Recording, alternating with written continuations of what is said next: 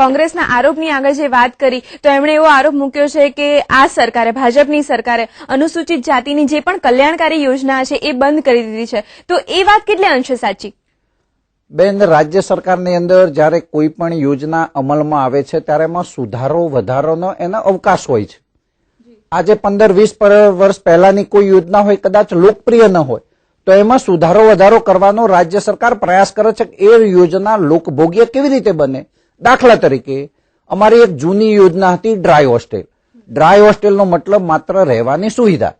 અમે આ ડ્રાય હોસ્ટેલની યોજના બંધ કરીને રહેવા જમવા સાથેની સુવિધા કરી, એના માટેનો પરિપત્ર બહાર પાડ્યો, એટલે જૂનો ડ્રાય હોસ્ટેલનો પરિપત્ર નીકળી ગયો.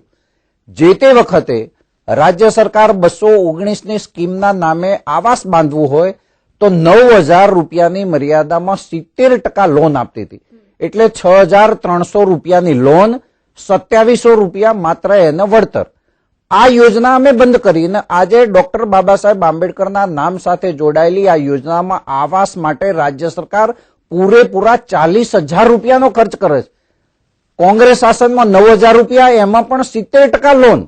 આ રાજ્ય સરકાર 100% 40,000ની યોજના આપી રહી છે.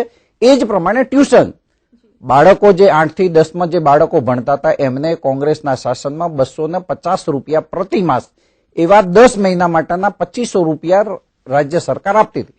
ભારતીય જનતા પાર્ટીની સરકાર આવ્યા પછી આ વિદ્યાર્થીઓના કલ્યાણકારી યોજનાઓ માટે 2500 થી આગળ વધીને આજે 15,000 રૂપિયાનો અમે ખર્ચ કરીએ.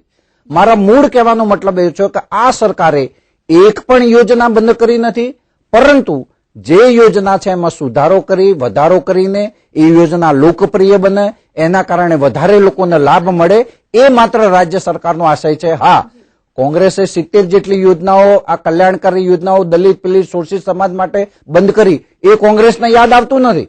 અમે તો એ યોજનાઓ લોકભોગ્ય બનાવીને વધારે નાણાં ખર્ચીને વધારે આપવાનો આ રાજ્ય સરકારે પૂરતો પ્રયાસ કર્યો છે. અને સાથે એ પણ જાણવું છે કે પહેલાની સરકારે જે યોજનાઓ ઘડી એ પછી આ સરકારે શું યોજનાઓ ઘડી છે, શું પરિવર્તનો કર્યા છે? આઝાદીના આટલા વર્ષોમાં કોંગ્રેસ મોટે ભાગે શાસનમાં રહી છે. જ્યાં સુધી ગુજરાત સરકારના સંબંધ છે ત્યાં સુધી કોંગ્રેસે ઘણા બધા વર્ષો સુધી રાજ્ય કર્યું છે. કોંગ્રેસની જે પણ યોજનાઓ હતી એ યોજના યથાયોગ્ય ચાલુ છે. પરંતુ આ સરકાર આવ્યા પછી, ભારતીય જનતા પાર્ટીની સરકારના આવ્યા પછી અમે ઘણી બધી યોજનાઓ અમલમાં મૂકી છે. આ વર્ષની વાત કરીએ તો ગુજરાતના મુખ્યમંત્રી માન્ય નરેન્દ્રભાઈ મોદીએ ગુજરાતની વિધાનસભામાં 13,000 કરોડની શહેરી ગરીબ સમૃદ્ધિ યોજના અમલમાં મૂકી. આ 13,000 કરોડની શહેરી ગરીબ સમૃદ્ધિ યોજનાનો સીધો લાભ દલિત, પીડિત અને શોષિત સમાજને મળવાનો છે. આ રાજ્ય સરકારે નવી યોજના અમલમાં મૂકી, વિદેશ અભ્યાસ લોન, ડોક્ટર બાબા સાહેબ આંબેડકર વિદેશ અભ્યાસ લોન. આ યોજના પહેલા નહોતી. કોમર્શિયલ પાયલોટની, કોઈ પણ દલિતના બાળકને કોમર્શિયલ પાયલોટ થવું હોય તો એના માટેની રાજ્ય સરકાર એમાં મદદ કરે છે. આ યોજના ભારતીય જનતા પાર્ટીની સરકાર છે. કુંવરબાઈનું મામેરું, 7 ફેરા સમૂહ લગ્નના, કાયદાના નિષ્ણાતો માટેની યોજના, વકીલો માટેની યોજના, દુકાનો ખરીદવા માટેની યોજના, સાહિત્યકારો માટેનો ફાયદો, લેખકના કવિઓ માટેનું અનુદાન, અનેકવિધ યોજનાઓ ભારતીય જનતા પાર્ટીનું શાસન આવ્યા પછી નવી યોજનાઓ લોકો સુધી પહોંચાડવાનો પ્રયાસ આ રાજ્ય સરકારે કર્યો છે. અને આ જે નવી યોજનાઓ છે એમાં કોઈ સુધારા વધારા, કોઈ મોડિફિકેશન થયા છે ખરા? સંધ્યાબેન, તમારી વાત એટલા માટે સાચી છે કે 95 થી આજે 2007 સુધીમાં મોટે ભાગે જયારે ભારતીય જનતા પાર્ટીનું શાસન રહ્યું છે ત્યારે અમારી ભારતીય જનતા પાર્ટીની સરકારની યોજનામાં પણ અમે વધારો કર્યો છે. પહેલા વિદેશ અભ્યાસ કોઈને જવું હોય તો માત્ર 5 લાખની લોન હતી, 10 વિદ્યાર્થીઓ માટે હતી. આજે અમે એમાં ડબલ વધારો કરીને વિદેશ અભ્યાસ જનારના 10 લાખ રૂપિયા માત્ર 4% વ્યાજે દર વર્ષે 40 વિદ્યાર્થીઓને મોકલીએ છીએ.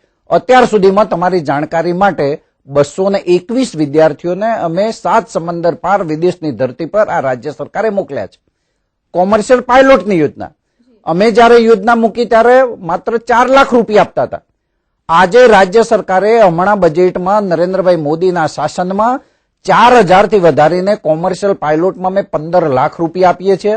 તમારી જાણકારી માટે આ કોમર્શિયલ પાયલોટની યોજનાના અન્વયે જેટ હોય, ઇન્ડિયન એરવેઝ હોય અથવા અન્ય જગ્યાએ માત્ર ભાઈઓ નહીં બહેનો પણ કપ્તાન તરીકે કામ કરે છે માત્ર રાજ્ય સરકારની આ યોજનાઓના કારણે, અને એથી પણ આગળ વધીને જ્યારે પણ જરૂર પડી છે ત્યારે આ રાજ્ય સરકારે એની અંદર પણ વધારો કરીને, એટલે જે રોજગારીની વિશેષ યોજનાઓ છે આ છે. ધારો કે કોઈ ડોક્ટર છે, પહેલા અમે 40,000 રૂપિયા આપતા હતા, આજે 2 લાખ રૂપિયા આપીએ છીએ. MD MS થયેલો હોય તો 50,000 આપતા હતા, આજે અમે 2.5 લાખ રૂપિયા આપીએ છીએ.